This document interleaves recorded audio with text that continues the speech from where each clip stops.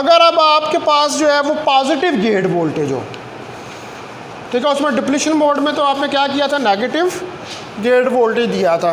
तो with positive gate voltage, अगर positive gate voltage हो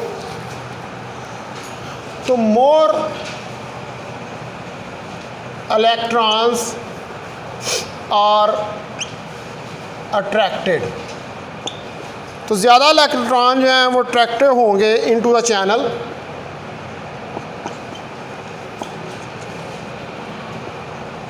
के अंदर। पॉजिटिव है ना, तो पॉजिटिव किसको खींचेगा, नेगेटिव को, तो इलेक्ट्रॉन जो हैं वो चैनल की तरफ जो हैं वो जाएंगे।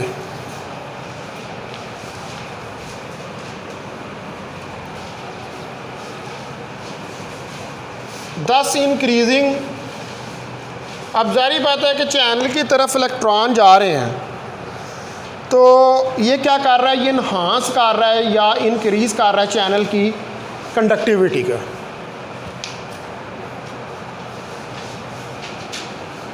और इनहांसिंग द चैनल कंडक्टिविटी।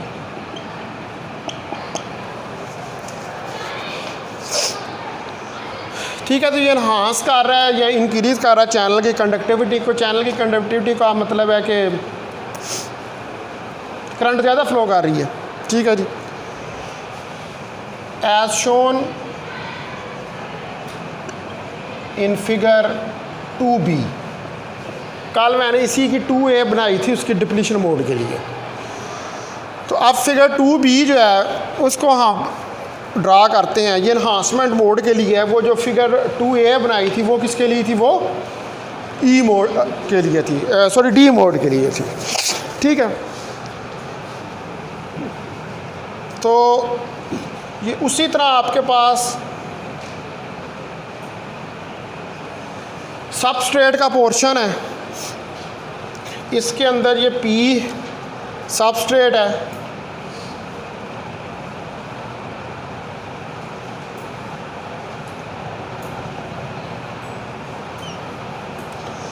ठीक है जी। यहाँ पर N है, इधर भी N है।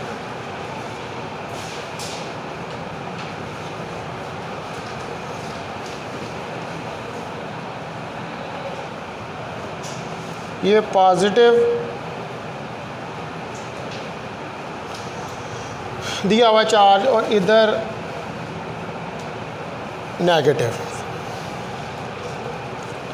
ठीक है, यहाँ से अब आप इसके ऊपर इधर ड्रेन का टर्मिनल दें और इस जगह पर सोर्स का टर्मिनल जो है वो दें। तो यहाँ से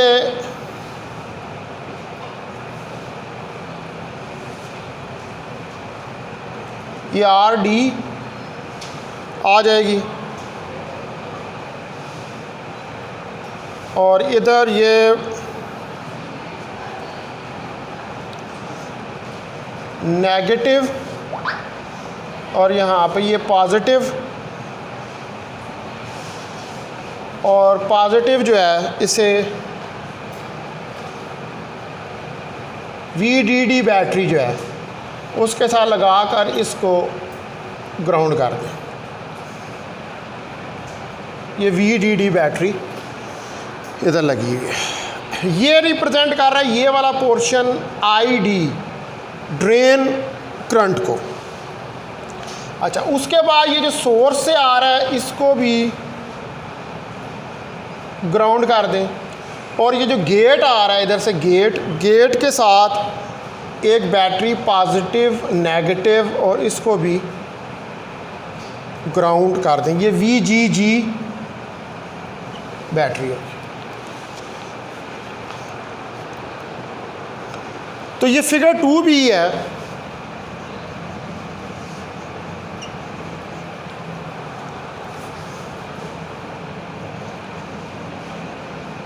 इन्हांसमेंट मोड जहाँ पर VGS पॉजिटिव है।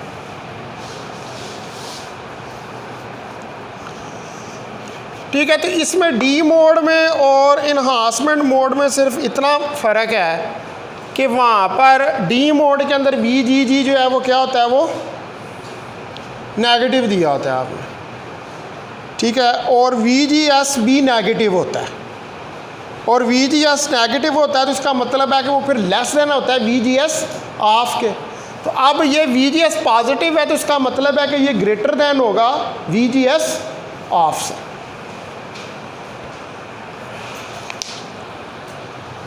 ठीक है, तो ये अब दोनों मोड हो गए, उनके हमने फिगर्स भी जो हैं वो ड्रा करके देख लिए। नो अब डी मॉसफेट जो है symbols,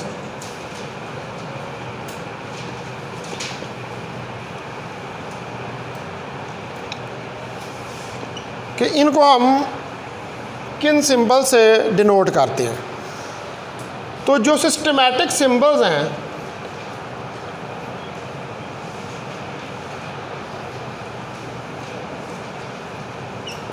symbols for both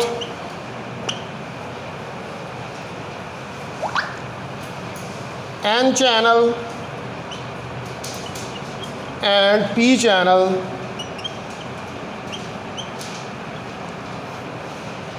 D MOSFET are shown in figure 2C and 2D।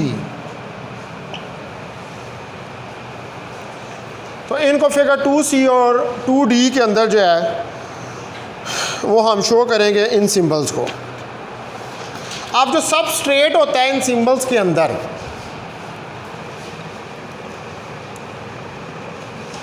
The substrate is indicated by arrow। उसको आप एरो से इंडिकेट करते हैं।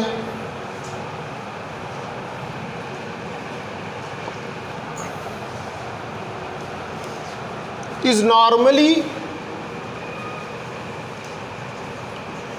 but not always, आम तौर पर, ज़्यादातर, लेकिन हमेशा नहीं, connected internally to the source. ये सबस्ट्रेट होता है ना, ठीक है, तो ये जो सबस्ट्रेट होता है, इस सबस्ट्रेट को आप एरो से इंडिकेट करते हैं, और ये आम तौर पर कनेक्टेड होता है इंटरनली। ये सबस्ट्रेट जो है, देखिए ये सोर्स है, ये सबस्ट्रेट है और ये सोर्स है, ये सोर्स के साथ कनेक्टेड होता है। लेकिन शायद कुछ केसेस के अंदर नहीं होता, लेकिन वो उसने केस यहाँ पर डिस्कस नहीं किए हुए। हम जो केस यहाँ पर पढ़ रहे हैं उसके अंदर ये कनेक्टेड होता है इंटरनली सोर्स के साथ।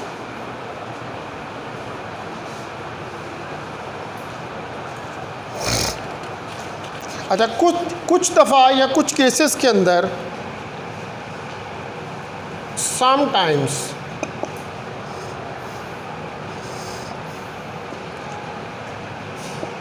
There is a separate pin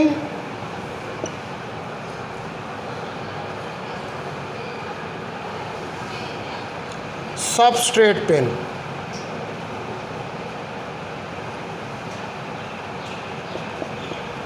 तो बाज़ दफ़ा सेपरेट सबस्ट्रेट पिन होती है, यानी कि वो इंटरनली कनेक्टेड नहीं होती सोर्स के साथ। लेकिन वो मैंने आपको बताया कि वो केस रेयर हैं, वो इधर हम उन केसेस को स्टडी नहीं कर रहे हैं। हम यहाँ पर वही केस देख रहे हैं जिसके अंदर सोर्स और सबस्ट्रेट आपस में कनेक्टेड है। Now I will draw the figure. इसके सिंबल्स की जो फिगर है, जो फिगर 2C और 2D है, इनको मैं ड्रा करूँगा।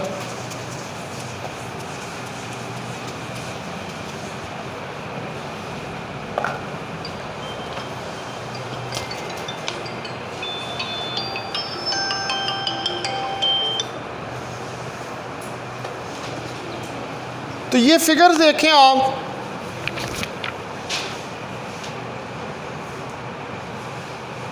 ठीक है जी।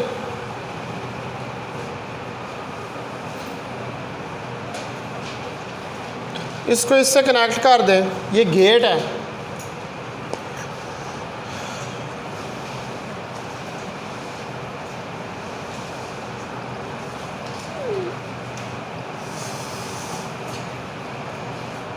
ये ड्रेन है,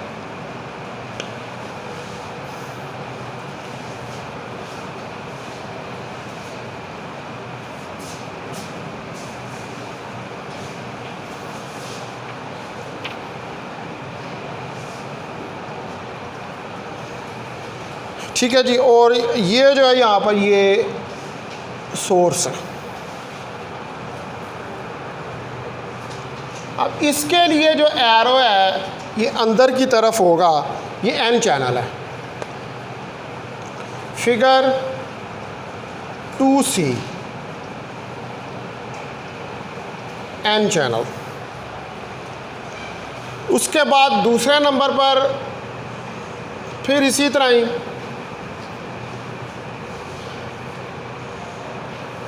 ये यहाँ पर गेट, इधर से ड्रेन,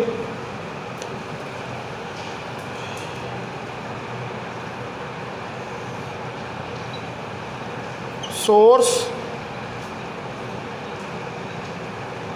और इसका एरो इसका अंदर की तरफ था तो इसका बाहर की तरफ होगा। तो ये फिगर 2D है। ये फिगर 2D क्या है, ये P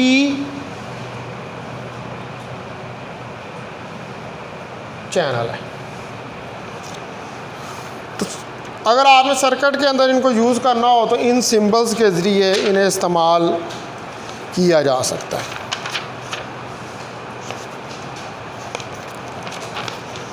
ठीक है जी। अब ये पोर्शन जो था हमारा कि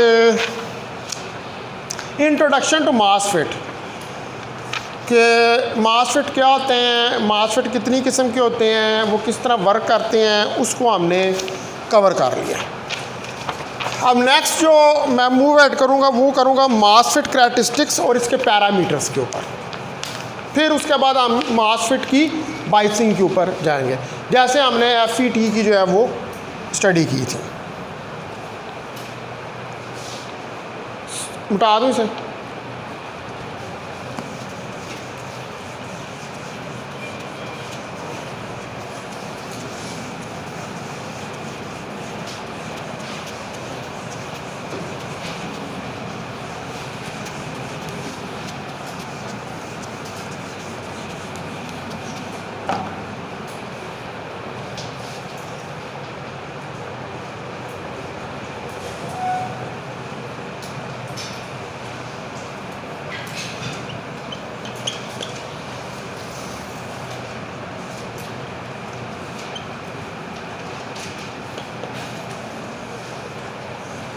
तो मासफेट करैक्टरिस्टिक्स और पैरामीटर्स जो है स्टडी करनी है, तो इस सेक्शन के अंदर हम उसी तरह स्टडी करेंगे जैसे हमने JFT के करैक्टरिस्टिक्स स्टडी किए थे, और जो पैरामीटर्स अप्लाई होते थे JFT को, उसी तरह जो पैरामीटर्स अप्लाई होते हैं मासफेट को, उनको हम स्टडी करेंगे।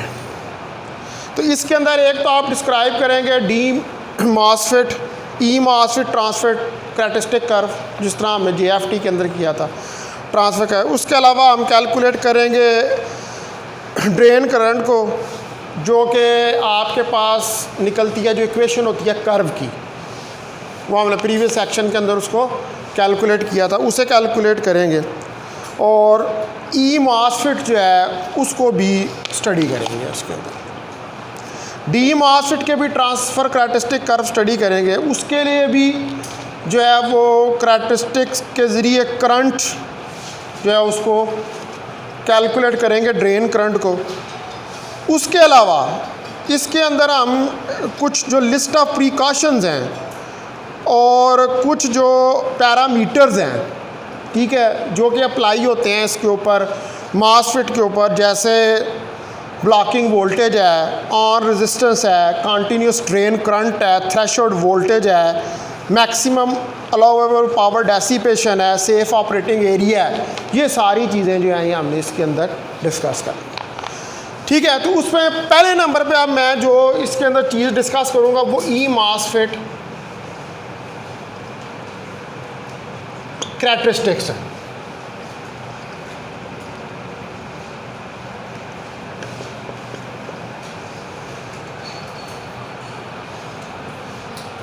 तो ई मॉसफेट जो है ये सिर्फ चैनल इन्हांसमेंट जो है उसको यूज़ करता है।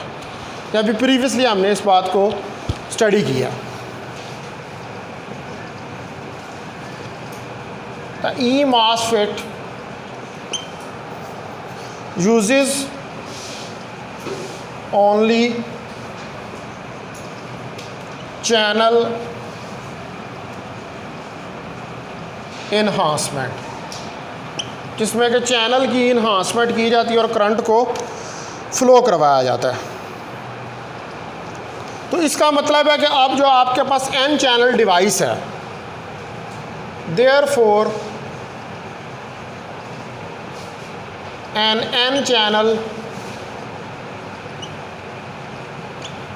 device जो N चैनल डिवाइस है, ठीक है, यानी कि N चैनल ही मॉसफेट है, रिक्वायर्स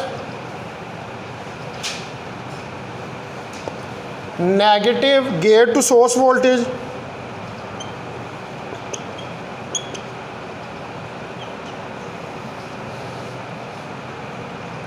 उसको negative gate to source voltage जो है वो रिक्वायर्ड है, यानी कि VGS जो है वो नेगेटिव होना चाहिए। अब यहाँ पर हम एक फिगर जो है वो ड्रा करेंगे, ठीक है, लेकिन उससे पहले अच्छा N चैनल को चाहिए negative gate to source voltage और P चैनल को फिर क्या चाहिए, and P channel requires positive gear to source voltage।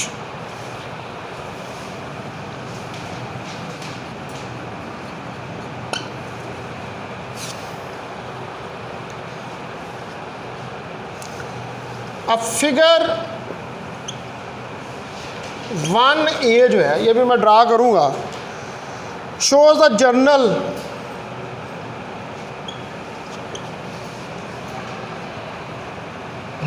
Transfer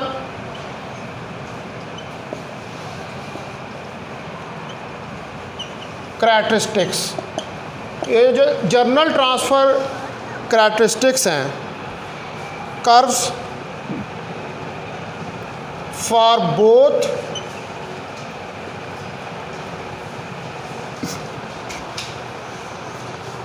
types of E MOSFET।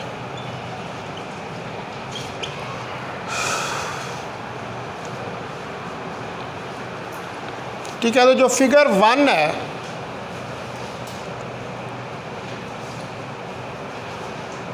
मेरे क्या आप कहें कि figure 1A and figure 1B, ठीक है, फिगर 1A और 1B,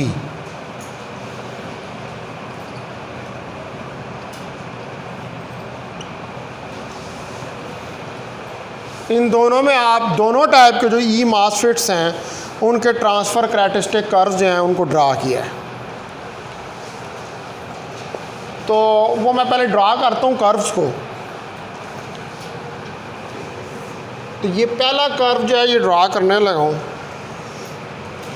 ये पॉजिटिव VGS है, गेट टू सोर्स वोल्टेज, और ये कर्व कुछ इस तरह जा रहा है, यहाँ पर ये VGS TH है, VGS थ्रेशोल्ड, इससे पीछे नहीं है, ये मिनिमम वैल्यू जिसके बाद ड्रेन करंट जो है उसने फ़्लो करना शुरू किया है। ये ID है, आपके पास ड्रेन करंट है। तो ये फिगर है 1A representing the N channel. ये N चैनल को रिप्रेजेंट कर रही है। उसके बाद दूसरे नंबर पर है फिगर B 1B।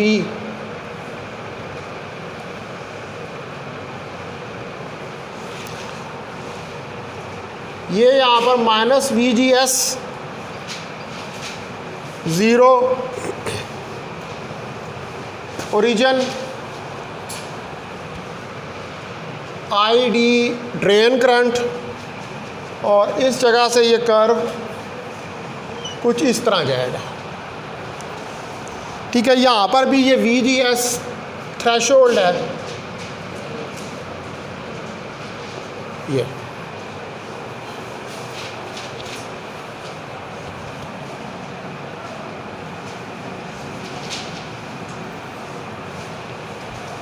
ठीक है। ये फिगर 1B है और ये रिप्रेजेंट कर रही है P चैनल को।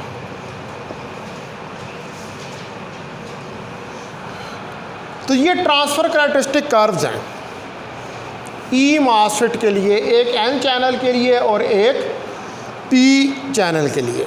तो इन कर्व्स को देख के हम ये दे सकते हैं,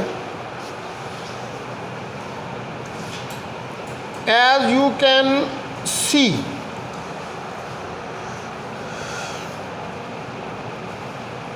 there is no drain current ID। यहाँ पर कोई ड्रेन करंट ID नहीं है when VGS is equal to 0।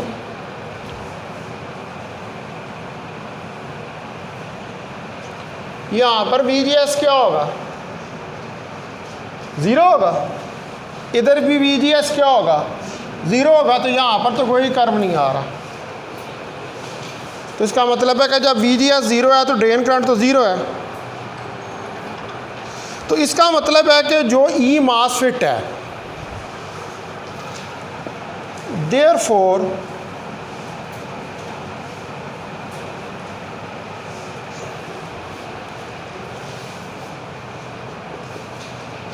E MOSFET does not have significant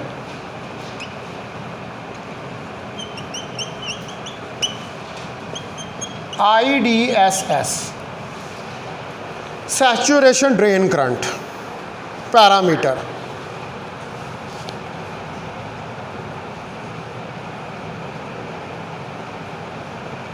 as in the case of JFET। जैसे कि जंक्शन फील्ड इफेक्ट ट्रांजिस्टर के अंदर था, वहाँ पर तो IDS की वैल्यू से ही कर्व स्टार्ट होता था। ठीक है, लेकिन यहाँ पर तो ऐसा कुछ नहीं है। यहाँ पर तो कर्व जो है वो पहले VGS 0, वहाँ पर तो ड्रेन करंट जो है वो VGS 0 के ऊपर भी होती थी। तो इस जगह पर VGS 0 के ऊपर तो कोई ड्रेन करंट आपको अवेलेबल नहीं है। ये इस ग्राफ से जो है ये हमें नज़र आ रहा है। ठीक है, और यही मसला जो है वो डी मॉसफेट के अंदर भी होता है, जो आगे हम पढ़ेंगे।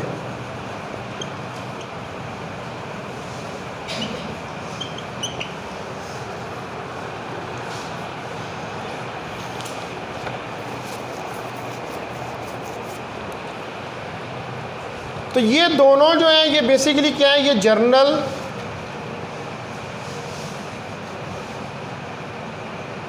ट्रांसफ़र कैरेक्टरिस्टिक कर्व्स हैं।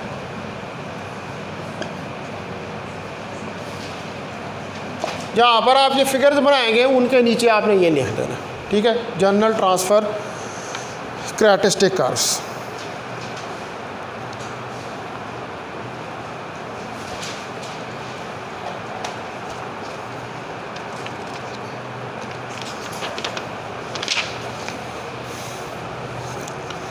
अच्छा, अब जो इक्वेशन है,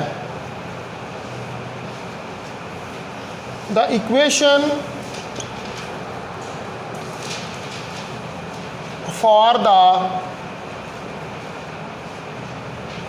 parabolic transfer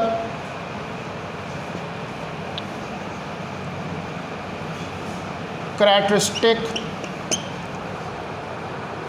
curve for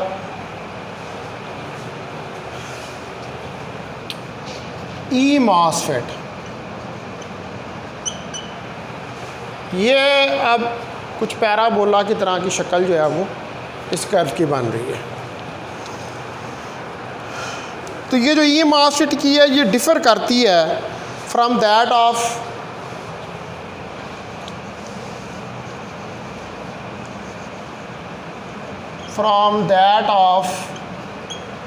JFET and D MOSFET. तो इसमें यानी कि ये जो कर्व्स आ रहे हैं यहाँ पर ये डिफरेंट हैं डी मॉसफेट और JFET के कर्व से, क्योंकि यहाँ पर अब जो कर्व है, बिकॉज कर्व स्टार्ट्स एट,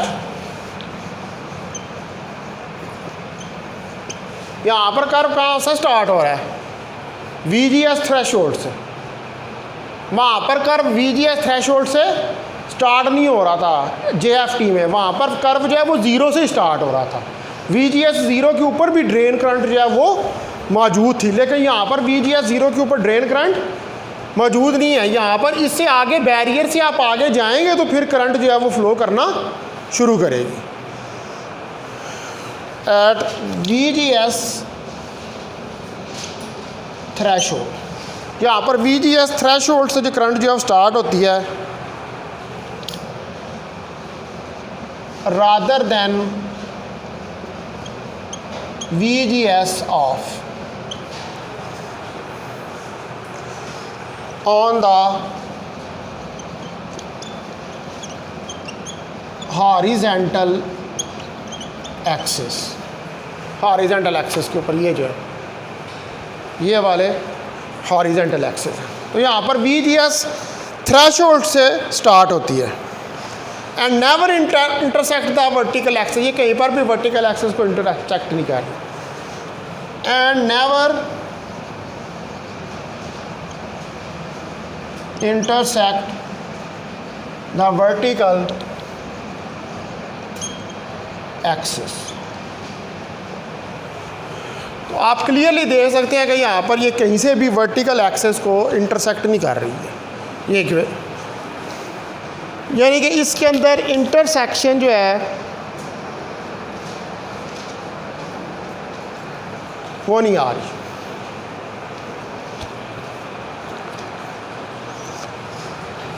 तो अब जो इक्वेशन है इसके लिए हमने कहा कि ये पैराबोला की तरह का बन रहा है, तो the equation for E MOSFET transfer characteristics curve is ID is equal to K VGS minus VGS threshold का स्क्वायर।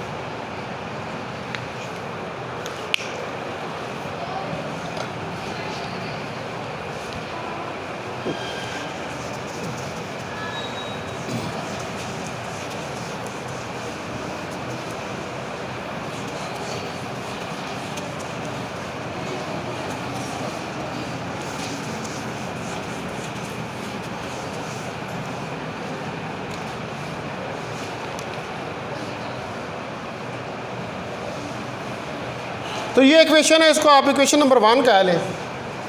अब यहाँ पर ये के कांस्टेंट आ रहा है, तो के constant depends upon the particular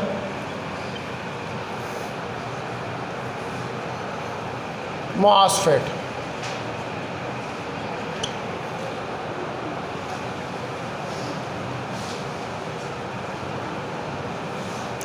And can be determined from the data sheet.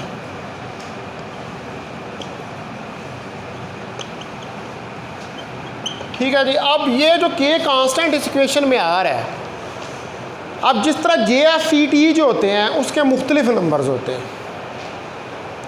ठीक है, तो इसी तरह जो MOSFET होते हैं डेटा शीट के अंदर ये भी मुख्तलिफ नंबरों के होते हैं। तो हर नंबर का जो MOSFET है उसके लिए ये के कांस्टेंट डिफरेंट होता है। और ये के कांस्टेंट जब आप डेटा शीट देखते हैं वो जो उन्होंने कैलकुलेट किए हुए हैं, वहाँ से आपको पता चल जाता है कि ये के कांस्टेंट कितना है। ठीक है, वो डेटा शीट को हम देखकर वहाँ से इसको कैलकुलेट, इसकी जो कैलकुलेशन हुई है उसको डिटरमिन कर सकते हैं। बाय टेकिंग दी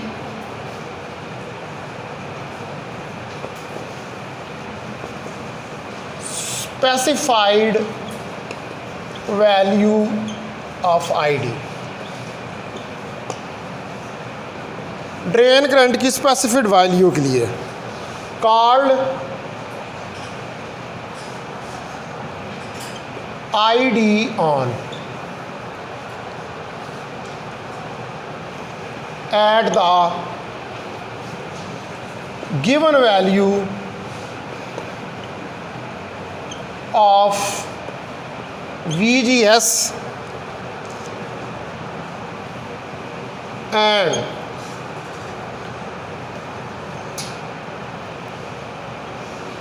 substituting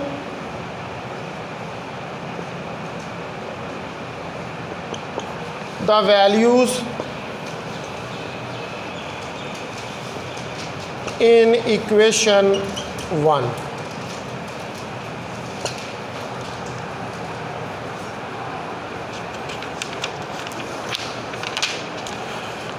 ठीक है जी। तो आप जो है ये किसी भी पर्टिकुलर, ये जो के है ये डिपेंड करता है किसी भी पर्टिकुलर MOSFET पर, और उसको हम डिटरमिन कर सकते हैं किस तरह, from data sheet by taking the specified value of ID की स्पेसिफिड वैल्यू जिसको कि आप ID ऑन भी कहते हैं, at the given value of VGS, उसका कॉरस्पॉन्डिंग VGS वैल्यू भी दी होगी। सब्स्टिट्यूट करें, यानी कि यहाँ से के निकाल सकते हैं आप, इसको इस तरफ ले जाएं तो के क्या आ जाएगा, from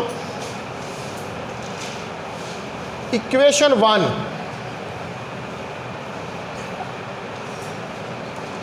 K is equal to ID divided by VGS minus VGS threshold का स्क्वायर। इसमें वैल्यू सब्स्टिट्यूट करें तो आपके पास के की वैल्यू जो है वो डिटरमिन्ड हो जाएगी, के की वैल्यू जो है वो निकल आएगी। ठीक है जी। उसके बाद जो है ये अब टाइम ओवर हो गया, तो ये फिर मैं MOSFET के कैरेक्टरिस्टिक्स जो हैं उनको कल जो है उनको स्टडी करूँगा मैं।